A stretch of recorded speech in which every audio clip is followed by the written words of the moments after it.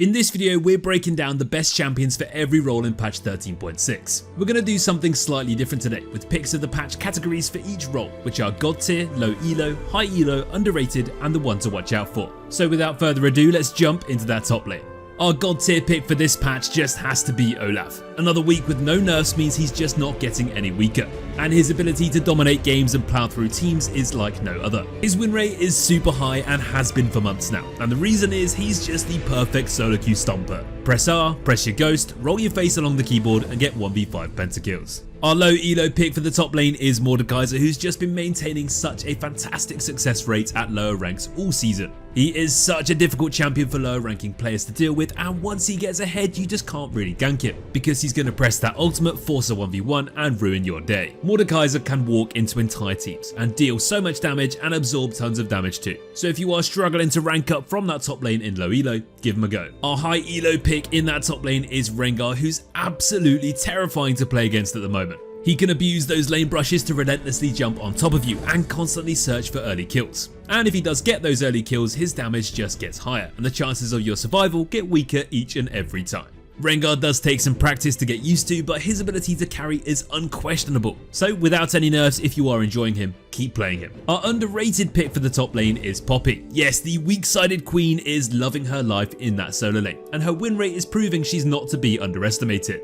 Poppy has all of the tools she needs to outplay her enemies. When she's getting ganked on repeat, she can outplay dive, she can outplay gank, she can send opponents back to base and sponge a lot of pressure without too much risk. Poppy can also play aggressive though, she scales well and she offers so much disruption in teamfights. So if you haven't played Poppy recently, here's a reminder to pick her up again.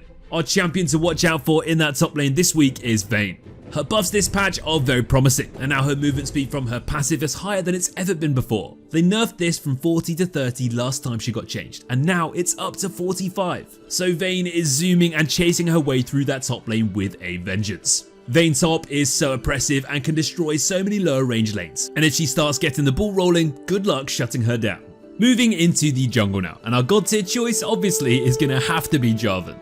Ever since those buffs a little while ago, Jarvan's basically just been the best jungler in the game.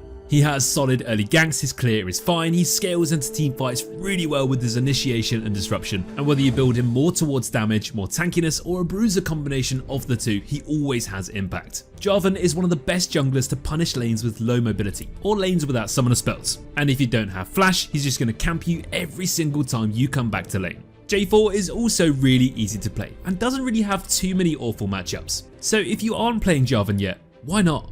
Our low elo pick in the jungle is Rammus, and despite his recent nerfs, he's still in an amazing spot, especially at lower ranks. Rammus' strengths are just so damn obvious. He has incredible map mobility with that Q, and his ganks are just so devastating. He has tons of crowd control, a huge engaging ultimate, and he's also so difficult to shut down. And if Rammus does get a few kills in the early game, he gets super tanky super quickly, and you're going to end up killing yourself just by right clicking him. Rammus is a simple jungler to learn and to play, and if you haven't really tried him recently and you're struggling in low elo, give him a go. Our high elo pick of the patch is Kindred, who instantly came back into the meta when Riot made those changes to the jungle recently, basically just enabling counter jungling again. Kindred is all about getting stuck into both jungles, securing all of those passive marks and shutting down the enemy jungler completely out of the game. Kindred scales insanely well, she has amazing damage, good mobility, fantastic kiting, a super unique game-changing ultimate, and if you are good enough to play her consistently, there's just not many better. Our underrated choice from the jungle is Nocturne, who's been flying under the radar for a while now. Now we all know what Nocturne is best at, but still, not too many people are really playing it. He has one of the easiest ways to gank lanes in the entire League of Legends roster with his ultimate, and if he gets fed, he can burst you down so quickly. Nocturne is definitely one of the strongest bot side junglers due to his ability to repeatedly gank that bot lane without summoners and then secure those dragons easily. And to top all of this off, he's yet another super simple jungler to learn. So if you enjoy instilling sheer terror into your enemies, just lock in Nocturne. The jungler to watch out for this patch is Evelynn, who has been a little bit forgotten about recently. Evelynn is still exceptionally strong, and those one-trick ponies who really know how to play her perfectly just aren't really losing at the moment. Eve's stealth means the whole game is instantly unique now that she's in it, and control wards are crucial to even having a chance at surviving against her. Evelynn has crazy burst damage, amazing mobility and escape with that ultimate, and her charm can be so punishing if she times it right. Now Eve mains aren't quite as common as some other jungle picks, but just don't forget about her because trust me, you will regret it. Let's jump over to the mid lane now, and obviously our god tier choice is Annie.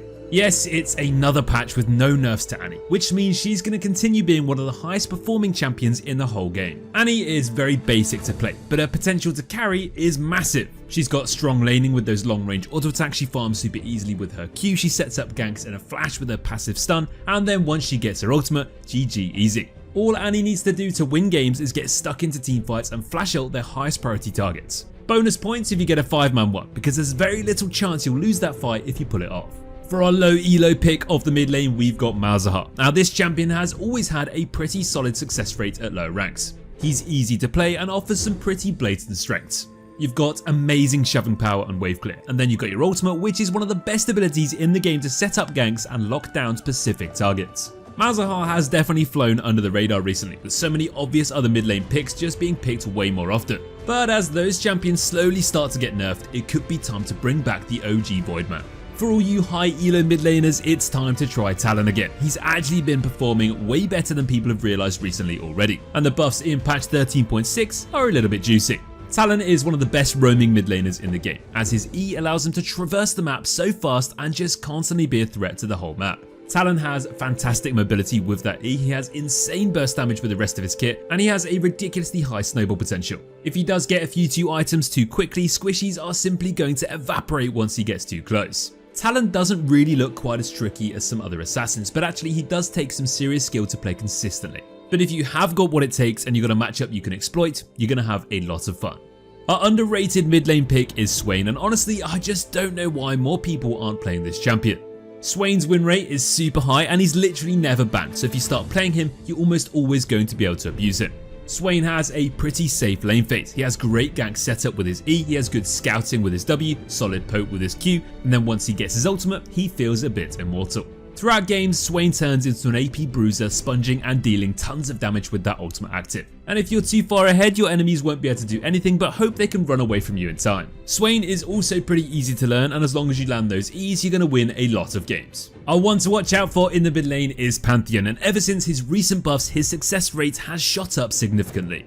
Now whether you play him mid or top, he's one that needs the right matchups to function, and when he does, he absolutely slaps. There are not many champions that can snowball quite as quickly as Pantheon, and his consistent all-in threat with his W followed by his burst is so hard to beat. If you haven't played against an experienced Spartan yet, well, count yourself lucky, because it can be super hard to play against. Moving down to those AD carries in the bot lane, and our god tier marksman is Jinx. Yes, she is living her best life at the moment after those recent buffs saw her shoot up into those top tiers.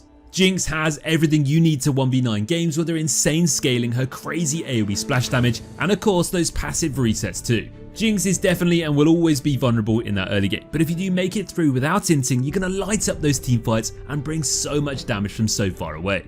Jinx's explosive playstyle is so much fun to use once you've got the hang of it, and if you've got an enchanter by your side, it's also very rewarding once you get those big items. Our low elo pick is actually going to be Miss Fortune, and she's been completely forgotten about recently, but the stats don't lie, and at lower rank she's actually doing really well at the moment. Miss Fortune offers a lot of burst damage and poke in lane with a double up on her Q. She can farm super easily with her love tap passive, she's fast with that W passive, she's got slows, and then of course she's got her ultimate, which is by far the most iconic part of her kit. Miss Fortune can genuinely do nothing for the majority of a game, but if she times an ultimate at the perfect moment, she can tear through an entire team in seconds and win fights and games just like that.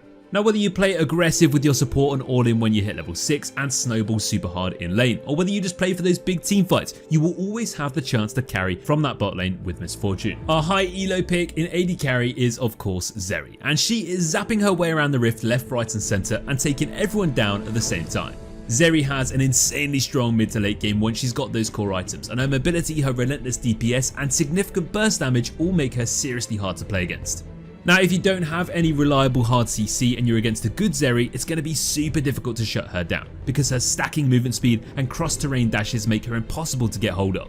Zeri has all the tools she needs to 1v9 in patch 13.6, so if you do play against her, make sure you don't give her a free lane phase, or you're probably going to regret it. For our underrated AD carry, we've got Nilah, and she's maintained an impressive win rate for a very long time since her release.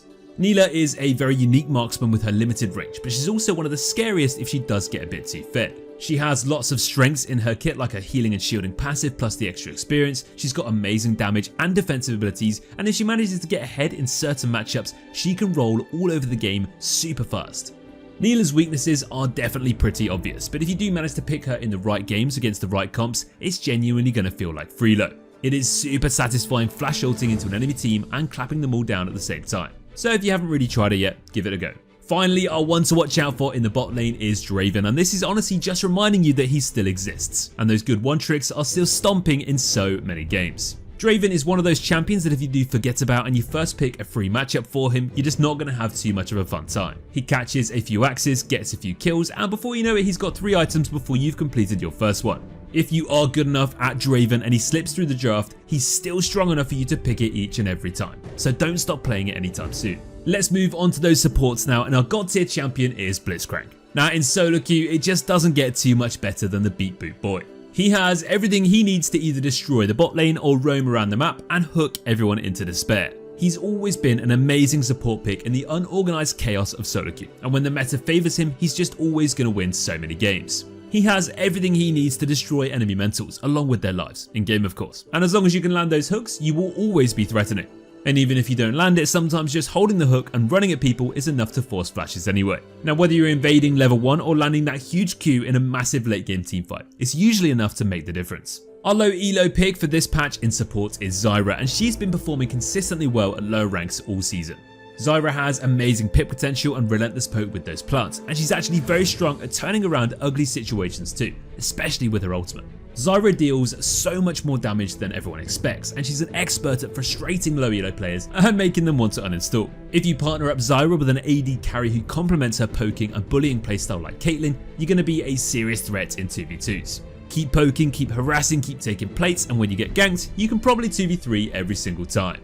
Our high elo pick of the patch in support is Rakan, and what a season he's having so far. Rakan is one of the slipperiest and most mobile supports to ever grace the Summoner's Rift, and if you can pull off his flexible yo-yoing playstyle, you can be so hard to beat.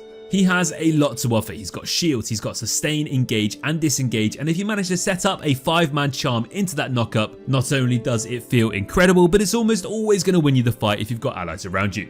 It definitely helps that Xayah is also in a really good spot too, because the two of them together are just so strong, but generally you can pick Rakan with anything at the moment and always have that chance to pop off. If dashing around the rift, setting up fights, peeling like a demon and feeling like a badass along the way is your thing, then keep playing Rakan. Taric is our underrated support in this patch, and it's just insane to think how few people play this guy. He has everything that he needs to impact games right from the start all the way through to those big late game fights. He's got sustain, great CC, resistances and buffs, and then his ultimate can easily be game changing. Taric is just one of those picks that no one really seems to play that often, but every time you see it, you're reminded of just how strong it can be. And there are so many different AD carries that just work beautifully alongside him. If you're looking for a slightly different and more uncommon pick to play in that support role and haven't tried Taric yet, give him a go. Finally, our support to watch out for is the newest champion Melio. Melio is an enchanter with so much utility to bring to the table. He can increase his AD carry's attack range, which is an amazing new mechanic. He's got heals, he's got shields, he's got movement speed boost, he's got damage amp and poke with his passive, and then his ultimate is literally a team-wide cleanse alongside its heal as well. So far, Melio is looking really promising, and for such a simple champion in principle, he has a lot to bring with him.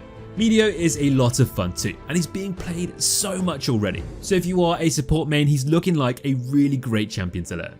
If you want to stay up to date with the best item builds and rune setups for Melio, then don't forget to download Mobalytics and see it all for yourself on our desktop app. And on that note, that brings us to the end of our best champions for every role video for the latest patch 13.6. We hope you all enjoyed this video and let us know in the comments who you are having the most fun with. Thanks for watching guys, and as always, take care.